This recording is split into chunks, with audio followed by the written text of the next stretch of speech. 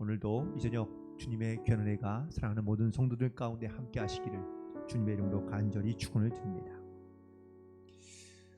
어떠한 목사님 설교 내용 가운데 들은 것으로 제가 기억하는데 인디언들은 말을 열심히 달려가다 보면 중간에 잠깐 말을 멈추어 서서 뒤를 돌아본다고 합니다. 그런데 이상한 것은 말이 피곤하거나 지쳐서도 아니고 또 본인 자신도 피곤한 것도 아닌데 어느 시간을 열심히 달려가다 보면 반드시 그 달리던 말을 멈추어 세우고 한참 동안을 뒤돌아서 보고 기다렸다가 다시 출발한다는 것이죠. 왜일까? 물었습니다. 그랬더니 그 인디언들의 하는 이야기는 내가 너무 빨리 달리니까 내 영혼이 나를 따라오지 못할 것 같으니까 그래서 중간에 서서 기다렸다가 영혼이 따라올 즈음 되면 다시 말을 타고 달리기 시작한다라는 것이죠. 우리가 사실 세상에 살아가면서 우리가 영과 육이 하나가 되어서 같이 우리가 살아가고 있지만 사실 우리는 영과 육이 함께 달려가는 것보다 육이 먼저 한참 달려가 놓고 그 다음에 영을 기다리려 하는 경우는 우리 이런 모습들을 사실은 많이 보게 됩니다. 우리는 육적으로는 쉼 없이 또 빨리 속히 우리는 앞서 달려가긴 하지만 정말 내가 내 영을 돌아보며 내 영이 지금 나와 함께 가고 있으며 또한 그 영혼이 지금 나에게 오고 있는 것, 함께 하고 있는 것을 우리가 얼마나 깨닫고 있는지를 다시 한번 돌아보게 됩니다. 우리나라에 국립과학수사연구소가 있습니다. 이곳에서 뭐라는 곳인지 잘 아시죠? 네, 여기에서는요 아주 다양한 증거물들을 과학적으로 입증해내는 그러한 연구소인데요. 이 연구소가 1908년도에 9년도에 설립이 되어서 벌써 120년 가까이 되어가고 있다는 놀라운 소식입니다. 그런데 이 국립과학수사연구소에는요 아주 다양한 부서들이 많이 있는데 먼저는 법의학부가 있습니다. 여기는 시체에 대한 부검과 검안을 하고요 유전자 또한 검색을 하게 되죠. 또 다음 데는 범죄 심리과라는 곳이 있습니다. 그래서 이 범죄를 지은 사람들이 심리적으로 어떤 심리 상태인지를 그들을 조사하고 또한 그들을 검사하는 그런 곳이 있고요. 또 문서 영상가가 있다고 합니다. 문서를 위조한다든지 변조한다든지 영상과 혹은 또 녹음을 변조시키는 것들을 전문적으로 찾아내는 그런 부서이기도 합니다. 또한 법과학부가 따로 있는데 이 법과학부는 독극물, 마약 분석들 이런 어떤 화학적, 물리적 그런 분석들을 통해서 그 결과들을 내어놓고 있는 것이죠. 이처럼 이 수많은 어떤 이런 과학적인 증명 방법을 통해서 범죄자가 지은 죄를 증명해내거나 아니면 또 억울하게 죽은 사람들의 그런 어떠한 사인을 밝혀내는데 참 많은 일을 하고 있는데요. 하지만 아무리 이렇게 그 사람의 죽음과 아니면 또 사건과 관련된 수많은 증거들을 밝혀내고 있긴 하지만 이 과학수사대도 바로 밝혀낼 수 없고 찾을 수 없는 것들이 있는데 그것은 바로 인생은 어떻게 살아야 되는가라는 것에 대한 질문은 해답을 주지 못하고 있다라는 이야기입니다. 우리는 대부분 어떻게 살아야 되냐, 내가 행복한 삶을 살고 있느냐, 내가 불행하냐, 아니면 왜 어려움이 있는가, 우린 수많은 이유들을 찾고 또 찾지만 사실 그것을 쉽게 밝혀내거나 또한 그것을 찾아내는 것은 그게 쉽지 않다는 것을 늘 이야기합니다. 우리가 배운 지식이나 아니면 과학적인 어떠한 이러한 사실이나 증명을 가지고도 우리 인간의 복잡한 이런 문제들을 사실 해결해 줄 수 있는 것은 아무것도 없습니다. 오직 해결의 방법이 있다면 그건 바로 하나님께서 우리에게 대답해 주시고 일단 말씀해 주시는 것이 바로 우리의 인생의 문제를 해결할 수 있는 가장 좋은 해결책이며 방법인 줄로 믿습니다. 하지만 많은 사람들이 이런 하나님의 말씀을 의지하거나 혹은 이 하나님 앞에 인생의 문제를 해결하기 위하여 나오기보다 대부분은 다 어떤 이런 과학적인 지식과 이론이나 아니면 또 내가 가지고 있는 능력을 가지고 내 인생의 문제를 해결하려 하는 경우들이 많이 있다라는 것이죠. 내 영이 하나님을 찾고 있으며 하나님을 의지하고 주님과 동행하는 것을 기뻐하며 행복하며 즐거워하며 그 기쁨으로 살아가는 것이 아니라 여전히 자기의 욕심과 자기의 생각 가운데 빠져 살아가는 우리들의 모습을 우리는 쉽게 발견할 수 있기 때문입니다. 오늘 본문에 등장하고 있는 사울 그리고 다윗에 대한 이야기를 우리가 함께 이야기할 텐데 처음에 사울은요 하나님이 함께했던 사람입니다. 하나님께서 사울을 택하여서 그에게 기름을 부어주시고 또한 그는 겸손하며 그리고 하나님 보시기에 또한 이스라엘의 첫 번째 임금으로 세울 만한 그러한 사람이었던 것을 우리는 잘 알고 있습니다. 사울도 처음에는 하나님을 잘 믿었습니다. 그리고 하나님을 바라보며 겸손하게 살았던 사람입니다. 그런데 그가 어느 순간 하나님을 떠나며 하나님을 버립니다. 하나님의 뜻대로 순종하지 않습니다. 그는 하나님께 예배드리지도 기도하지도 않으며 어느 순간부터는 하나님께 묻지도 않습니다. 하나님을 의지하지 않게 되는 겁니다. 그러자 하나님의 기름 부음을 받았던 이 사울이 어느덧 하나님의 영이 떠나가고 그에게 찾아온 것은 어떤 영입니까? 악한 영이 그 가운데 들어오게 되었다고 말씀하고 있습니다.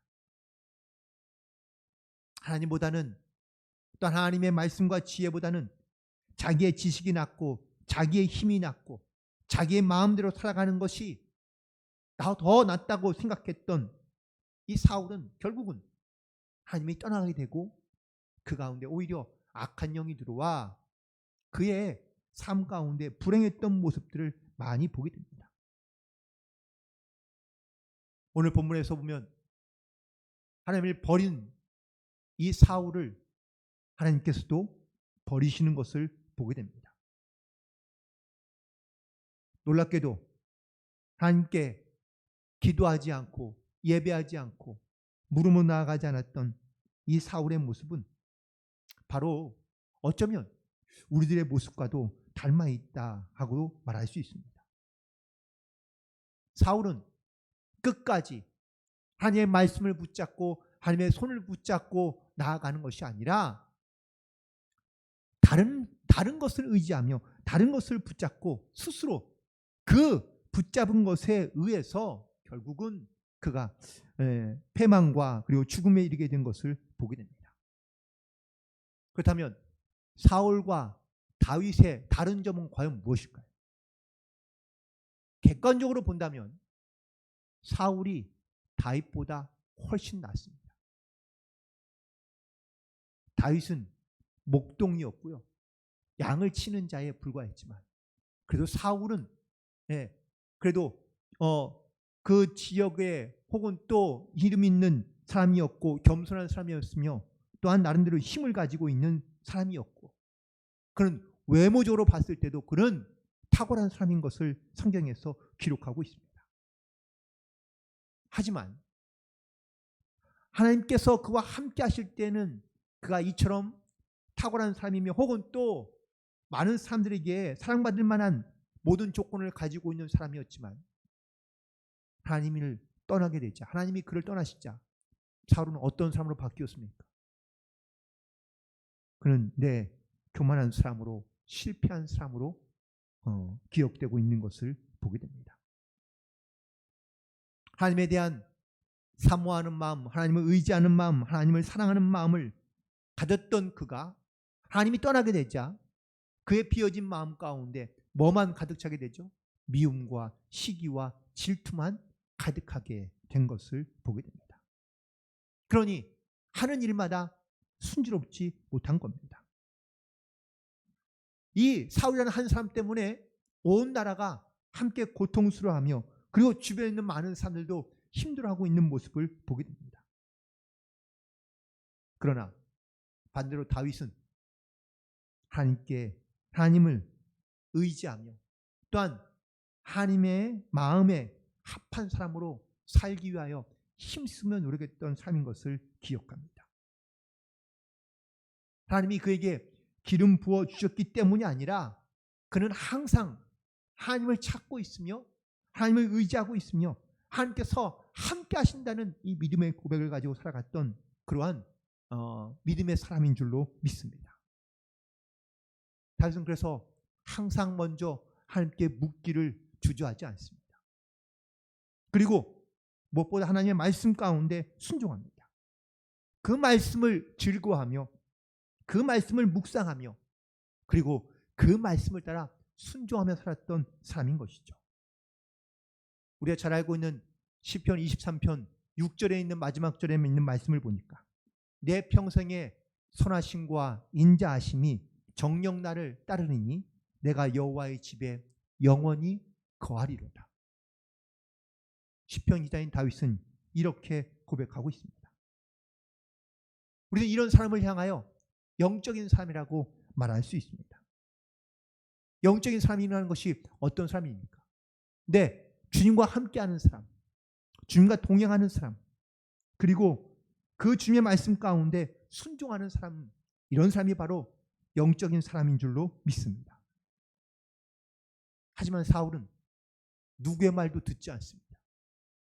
자식의 말도 듣지 않고 부하의 말도 듣지 않고 하나님의 말씀도 듣지 않습니다. 심지어 선지자인 사무엘의 충고도 무시합니다. 결국 이렇게 자기 멋대로 자기 생각대로 그리고 자기 뜻대로 살아가는 이 인생은 바로 잘못된 인생이라고 말할 수 있는 것이죠. 다윗과 사울의 가장 큰 차이는 바로 하나님을 잃어버린 것과 하나님을 찾고 있는 것의 차이인 줄로 믿습니다. 그런데 놀랍게도 하나님을 잃어버리면 모든 것을 다 잃어버린 것과 똑같다라는 사실인 것이죠. 여러분들은 과연 하나님을 찾고 계시며 또 하나님의 말씀 가운데 얼마나 귀를 기울이고 있습니까? 우리가 사람의 말에도 귀를 기울여야 하는 것이 마땅하죠. 남편의 말에, 아내의 말에, 자녀의 말에, 친구의 말에, 선생의 말에, 그리고 나를 아끼는 사람들의 말에 우리가 귀를 기울여야 하는 것. 그 말을 잘 듣는 것도 중요한데 더 중요한 것은 우리가 하나님의 말씀에 얼마나 귀를 기울여 듣고 있느냐라는 것이 중요한 줄로 믿습니다. 교회는 왜 오시나요? 예배는 왜 드릴까요? 물론 다양한 이유가 있습니다. 내가 예배 가운데 나와 내가 내 마음을 내어놓고 토로하며 그리고 죄를 고백하고 회개하고 그리고 정말 내 마음 가운데 하나님의 주신 그 은혜로 위로함 받고 힘을 얻기 위하여 우리가 돌아가고 또한 그 위로를 얻기 위하여 우리가 예배 가운데 나오기도 하지만 중요한 것은 우리 예배를 통하여 또한 기도하는 가운데 우리가 하나님의 말씀을 듣고 하나님의 음성을 들을 수 있어야 될 줄로 믿습니다. 그리고 그 말씀을 사모하며 그 말씀 가운데 내가 순종하기 위하여 우리가 예배에 나오고 또한 이 교회 가운데 나오는 줄로 믿습니다.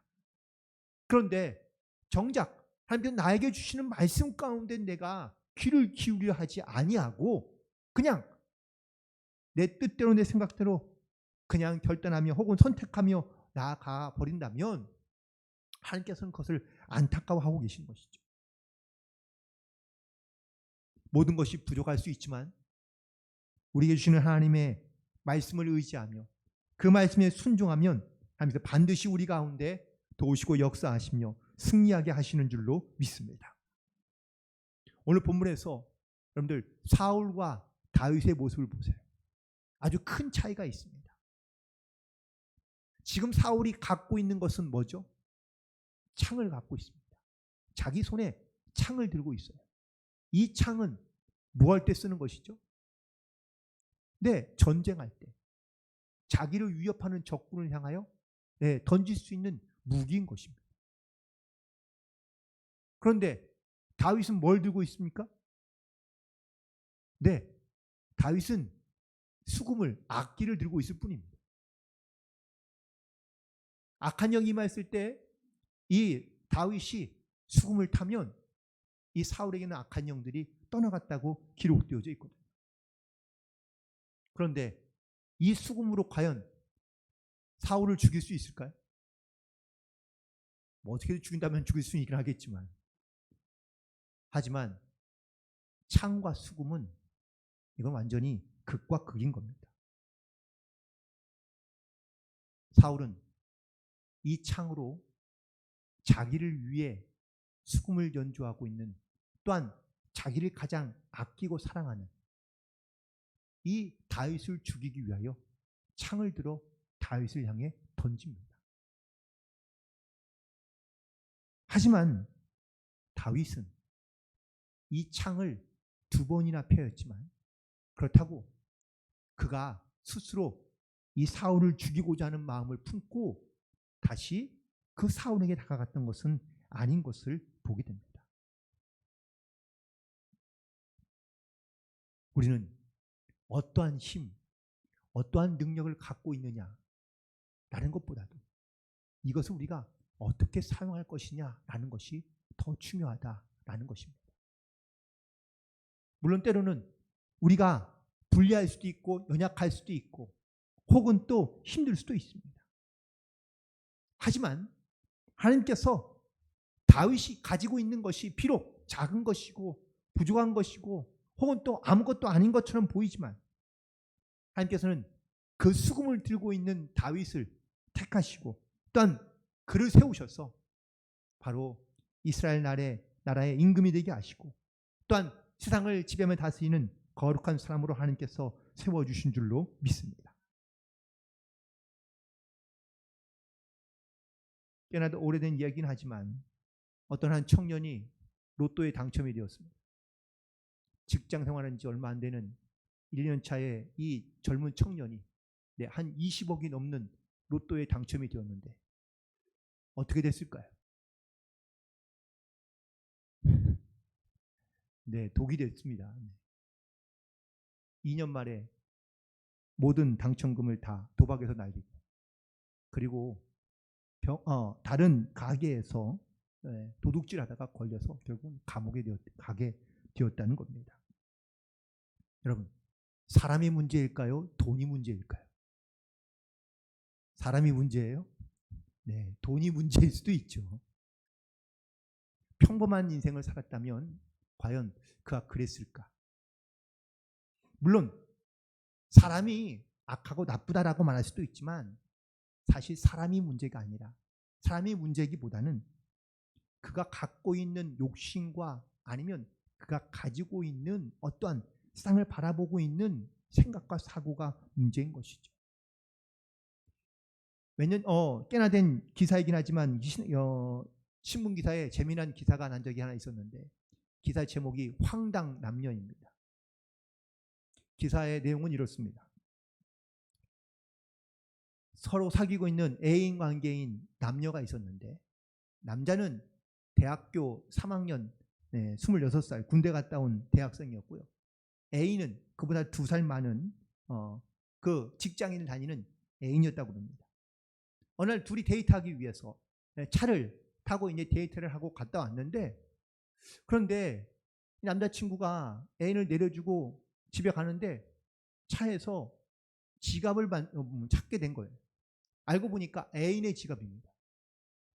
그런데 애인의 지갑을 찾았으면 보통 어떻게 하죠? 근데 전화해서 여기 지갑이 있어. 그래 내가 나중에 줄게 라고 이렇게 하는 것이 일반적이지 않습니까? 그런데 이 대학생 남자친구가 지갑을 보더니 돈이 있으니까 돈을 빼서 자기가 갖고, 그리고 그 애인의 지갑에 있는 뭐 면허증, 크레딧 카드, 이 모든 것들을 다 그냥 옆에 있는 강물에다 집어 던집니다. 그리고 모른 척 하는 거예요.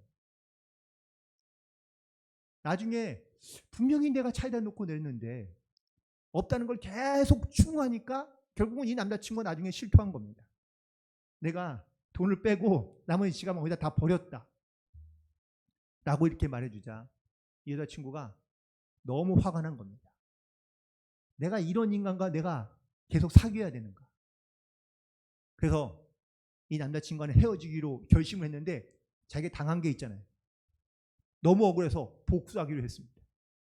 그래서 어느 날 남자친구를 불러가지고 신나게 술을 먹이고, 그리고 모텔에 들어가서 남자친구를 홀딱 벗겨놓고, 그리고 남자친구가 갖고 있던 뭐 지갑, 핸드폰 모든 것을 다 가지고 바깥으로 나와버린 거죠.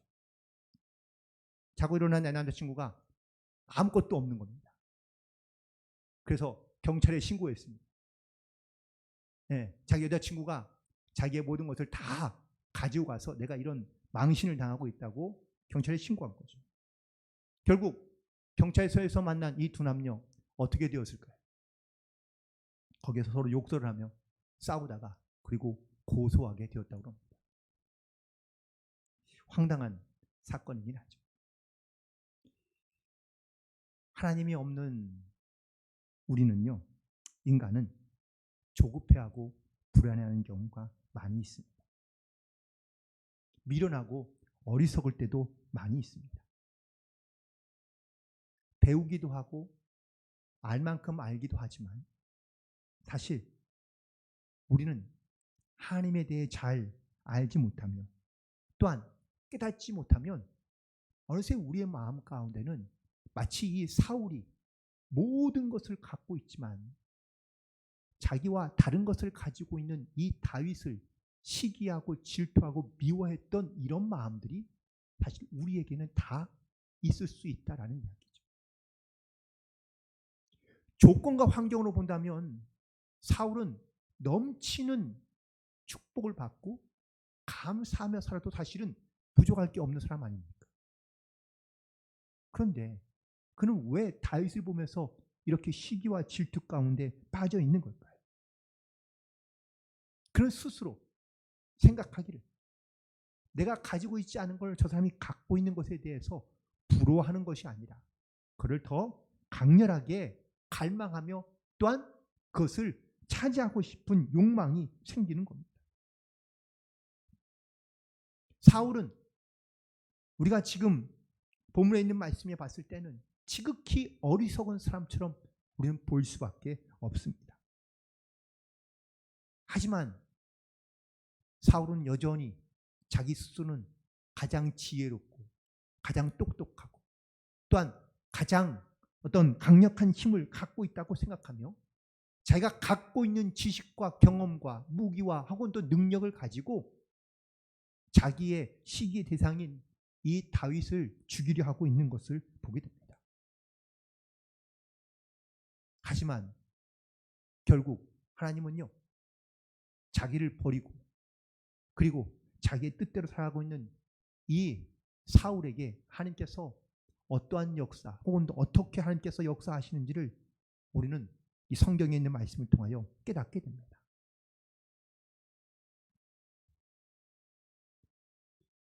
물론 성경에 수많은 과거의 이야기, 역사의 이야기들을 기록한 이유가 분명히 있습니다. 이스라엘 백성들은 지금에 있는 현재의 문제를 만나면 반드시 과거를 돌아보게 됩니다. 그리고 과거에서 있었던 동일한 사건과 비슷한 사건들을 현재에 대조해 봅니다. 그리고 난 다음에 그들은 과거에 이런 비슷한 일들 속에서 하나님의 말씀대로 또한 하나님의 뜻대로 행하지 않음으로 말미암아 멸망받았던, 심판받았던, 또한 하나님의 진노를 받았던 이 사건들을 다시 반복하지 않기 위하여 끊임없이 과거의 사건을 되뇌었다고 이야기합니다. 마찬가지죠.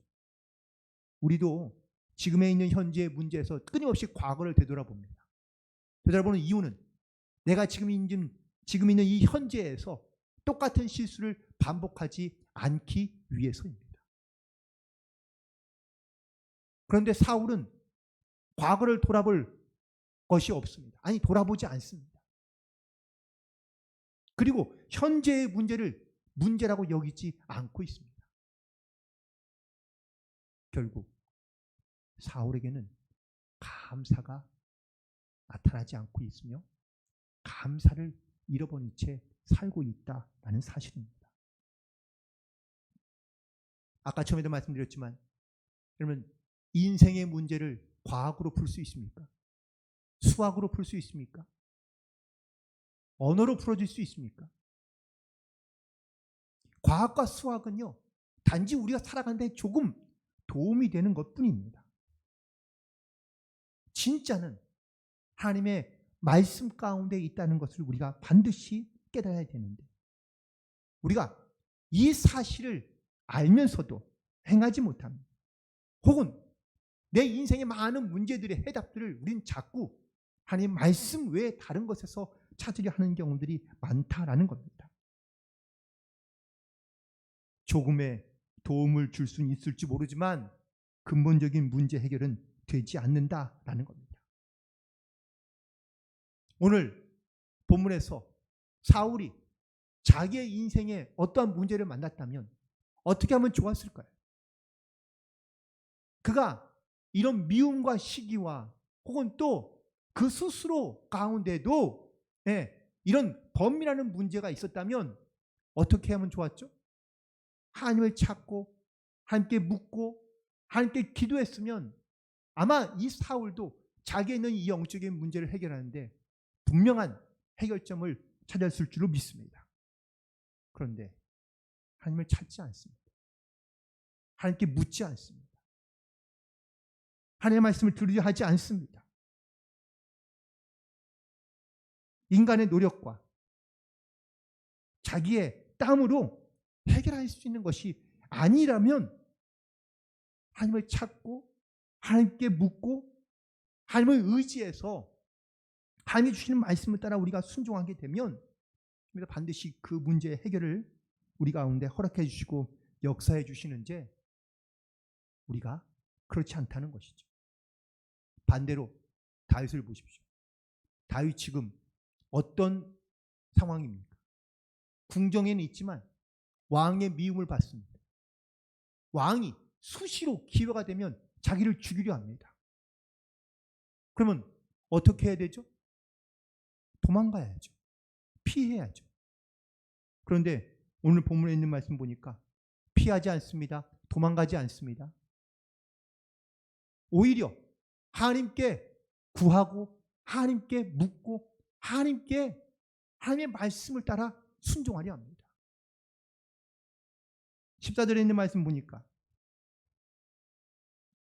다윗이 그의 모든 일을 지혜롭게 행하니라. 여호와께서 그와 함께 계시니라. 이 말은 하나님께 묻는다. 또한 하나님께 도움을 구하며 하나님의 말씀 가운데 순종하고 있다라는 뜻입니다. 그런데 이 모습을 본 사울은 뭘 느끼는 거죠? 네, 그를 두려워했다고 말하고 있습니다. 이렇게 지혜롭게 행함을 보면서 왜 두려워합니까? 그도 하나님께 묻고 하나님께 의지하고 하나님께 나아갔으면 사울도 반드시 하나님의 선하신 그런 변화 가운데 새로운 사람이 되었을 줄로 믿습니다. 그런데 하나님을 가까이 하지 않는 겁니다. 미움과 시기와 질투가 그를 완전히 덮어버려 그가 하나님을 찾지 않게 되고 하나님께 감사함으로 하나님 앞에 또한 은혜 가운데 나아가지 않게 되었다는 것이죠. 지금 사울은 증오심으로 가득 차 있습니다. 미움으로 가득 차 있습니다. 그런데 사람의 힘으로는 이거를 이겨낼 수가 없는 겁니다. 극복할 수 없는 겁니다.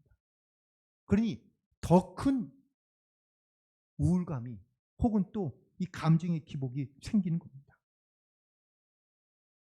재미있는 사실은 사울이 이러한 우울감과 회의감에 빠져서 있을 때 그가 찾은 해결책이 뭔지 아세요? 무당을 찾아가는 겁니다.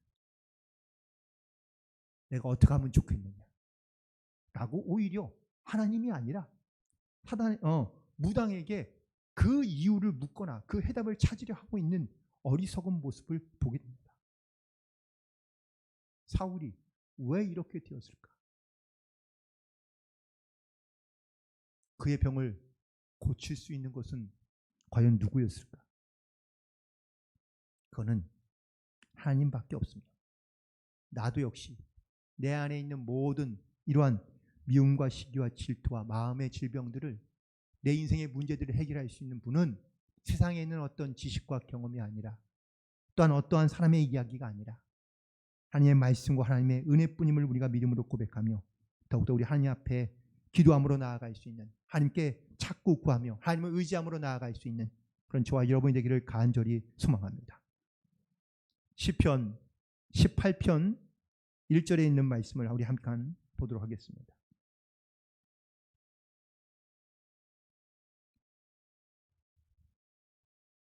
시편 18편 1절과 2절에 있는 말씀. 18편에 있는 말씀은 시작이 이렇게 되어 있죠. 여호와의 종 다윗의 시인데, 여호와께서 다윗을 그 모든 원수들의 손에서와 사울의 손에서 건져주신 날에 다윗이 이 노래의 말로 여호와께 아뢰인 것이라고 기록되어져 있습니다. 자, 1절과 2절에 있는 말씀 함께 읽습니다. 시작. 나의 힘이 되신 여호와여, 내가 주를 사랑하나이다. 여호와는 나의 반석이시요 나의 요새시요 나를 건지시는 이시요 나의 하나님이시요 내가 그 안에 피할 나의 바위시요 나의 방패시요 나의 구원의 뿌리시요 나의 산성이시로다. 아멘. 이런 전능하신 하나님을 믿고 의지함으로 말미암아 우리의 모든 상황 속에서도 우리가 주님을 찬양하며 주님 앞에 감사함으로 나아갈 수 있는 저와 여러분 되기를 간절히 소망하며, 우리의 영이 정말 주님을 찾고 구하여 그 주님께서 주시는 그 은혜에 항상 감사함으로 승리하며 살아갈 수 있는 모든 성도들이 되시기를 주님의 이름으로 간절히 축원을 드립니다. 기도하시겠습니다.